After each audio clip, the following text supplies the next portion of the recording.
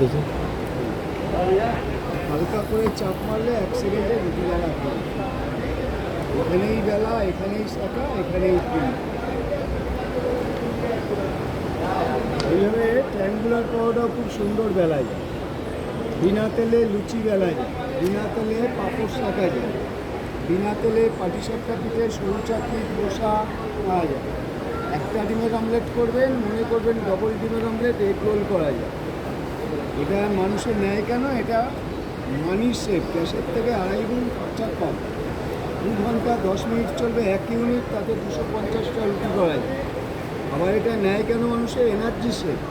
যেখানে পাখা চলে সেখানে গ্যাস জ্বলে না। এটা পাখার তলায় বসে, এসি রুমে বসে, ডাইনিং টেবিলে বসে যে কেউ করতে পারে।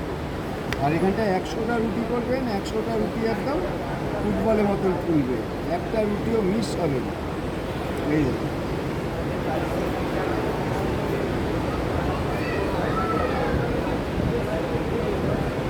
আর রুটিটা 8 থেকে 10 ঘন্টা নরমও হবে। বাহ।